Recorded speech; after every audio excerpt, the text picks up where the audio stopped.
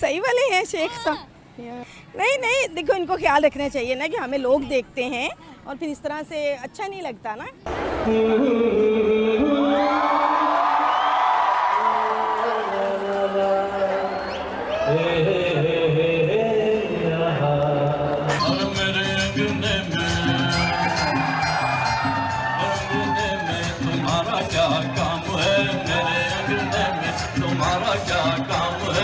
सच बात पूछे तो इंडियन कल्चर है ही अच्छा है। अच्छा, किस लिहाज से? बुरा है ही नहीं है। जितना प्यार मोहब्बत हिंदुस्तान के लोगों में है वो किसी भी पूरी दुनिया में नहीं है। मेरी मंकी गंगा, अरे तेरी मंकी जमुना था।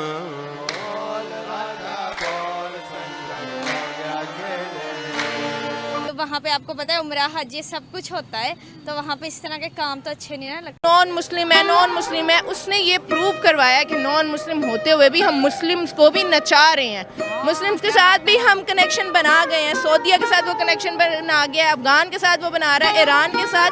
और हम बीइंग अ मुस्लिम, हम अपने मुसलमानों की हिफाजत नहीं आज तक कर पाए। मैं फायर फाइटर हूँ।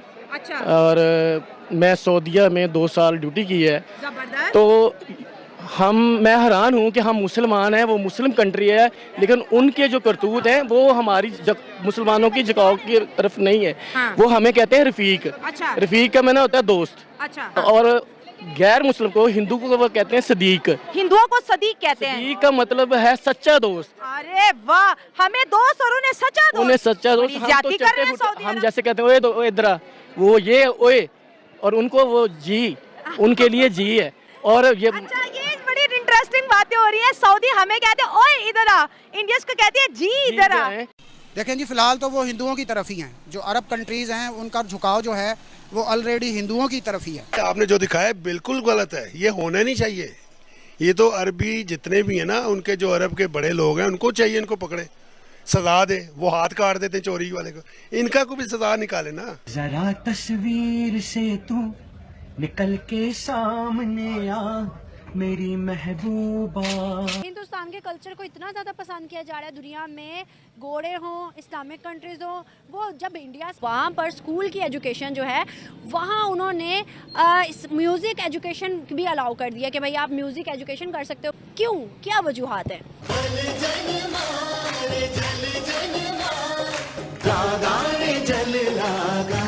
दोस्तों, एक ऐसा वीडियो वायरल हो रहा है जिसे देखकर पाकिस्तानियों की फटी पड़ी है। दोस्तों, सऊदी अरब के शेख अब बॉलीवुड गानों पर डांस कर रहे हैं। हाँ, वही सऊदी अरब जहाँ कभी एक टाइम पर गाना बजना हराम माना जाता था, आज वही बड़े बड़े शेख बॉलीवुड गानों पर झूमते दिख रहे हैं। अब जब सऊदी शेखों को नाचते देखते हैं पाकिस्तानी मुल्ले तो चिल्लाने लग जाते हैं कि शेख हमें धोखा दे रहे हैं, वो तो अब काफिरों यानी हिंदुओं को साथ दे रहे हैं। लेकिन दोस्तों, सच्चाई तो ये है कि भारत की संस्कृति, संगीत और सभ्यता का जादू पूरी दुनिया के सिर चढ़कर बोल रहा है। अब सऊदी अरब भी समझ गया है कि अगर आगे बढ़ना है तो भारत से दोस्ती करनी पड़ेगी, भारत के साथ चलना पड़ेगा। दोस्तों, आज बॉलीवुड गानों पर सिर्फ सऊदी में ही नहीं बल्कि दुबई, कतर, यूरोप, अमेरिका हर जगह बज रहे हैं और लोग इन्हें पसंद भी कर रहे हैं, क्योंकि भारत की बात ही दोस्तों अलग है। हमारे पास संगीत, संस्कार, आयुर्वेद, विज्ञान, शांति और ज्ञान है। दोस्तों, पाकिस्तानियों की जल्दी इसलिए है क्योंकि भारतीय पूरी दुनिया में इज्जत कमा रहे हैं। वहीं पाकिस्तानी जहाँ भी जाते हैं वहाँ भीख मांगते नजर आते हैं या उल्टी सीधी काम करते रहते हैं, जिसे शेख भी देख चुके हैं कि भारत वाले ईमानदार होते हैं, मेहनती होते हैं और किसी को नुकसान नहीं पहुंचाते हैं। इसलिए आज शेख भी भारत और हिंदुओं की इज्जत करने लगे हैं। तो दोस्तों, आपको भी गर्व है कि भारत की संस्कृति अब पूरी दुनिया में छा रही है, तो कमेंट में भारत माता की जय जरूर लिखिएगा। ये जो इस्लामिक कंट्री है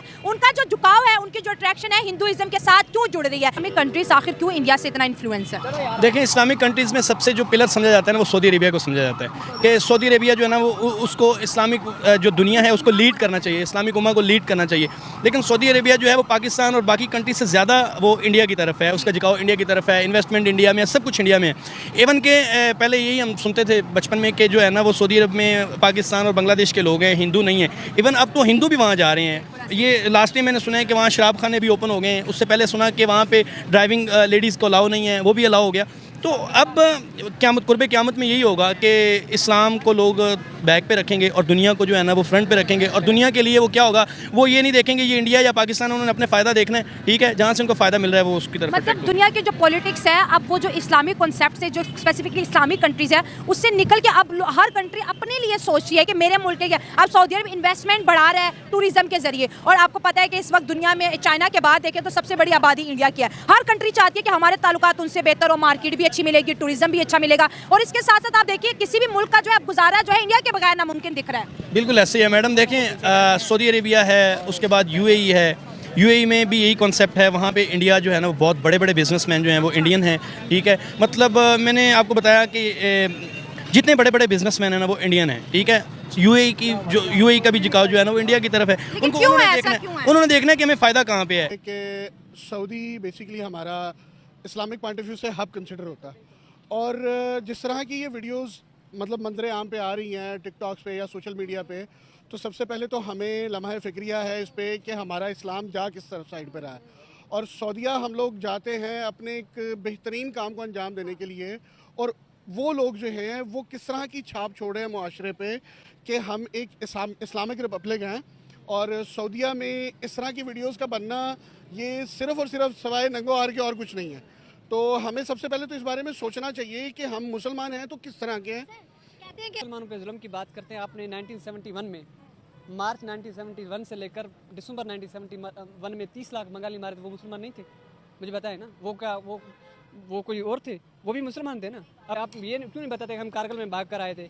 आप ये क्यों नहीं बताए कि हमने 97 में आपने दुनिया का सबसे बड़ा वो अपने आप को वहाँ पर सरेंडर किया था? आप भी वो आज भी इंडिया के म्यूजियम में आपके 90,000 आपकी वो पत्रों वहाँ पर लटक रही हैं। कभी वो अगर इनको फुर्सत मिले तो वो भी वहाँ से लेकर आएँ। जाते ना एक दफ़ा तो वो कहते हैं कि भाई इंडिया का कल्चर इतना मज़े का है कि भाई क्या करें। अब इंडियन वेडिंग्स पे किस तरह से वो, मतलब ये घोड़े आप देख सकते हो इनकी शक्लों से ना, तो ये किस तरह से नाच रहे हैं, पसंद कर रहे हैं, बड़ी चीज़ें उनसे इंस्पायर होती है देख कर ना। क्या वजूहत है कि इंडिया को फॉलो किया जा रहा है दुनिया भर में, मुस्लिम नॉन मुस्लिम कंट्रीज़ में, और इंडिया के कल्चर को बड़ा ज़्यादा पसंद किया जा रहा है? आप बताइएगा।